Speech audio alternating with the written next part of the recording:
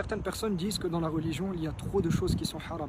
Ils se sentent comme oppressés par les interdictions qu'il y a dans la religion.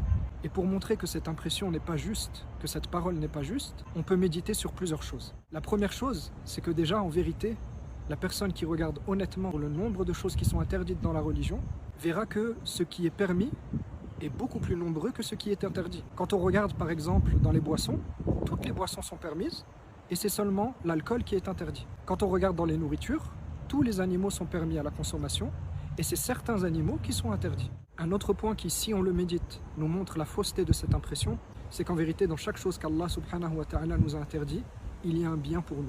Que ce bien concerne la préservation de notre santé mentale ou de notre santé physique, ou le bien-être de la société, ou la préservation des biens et des personnes. Si on médite vraiment sur chaque chose qui est interdite, on pourra trouver qu'il y a une sagesse dans cela. Cette sagesse parfois peut ne pas nous apparaître, mais il n'empêche que cette sagesse est bel et bien présente, puisque cet ordre provient d'Allah subhanahu wa ta'ala qui est sage et connaisseur de toutes choses.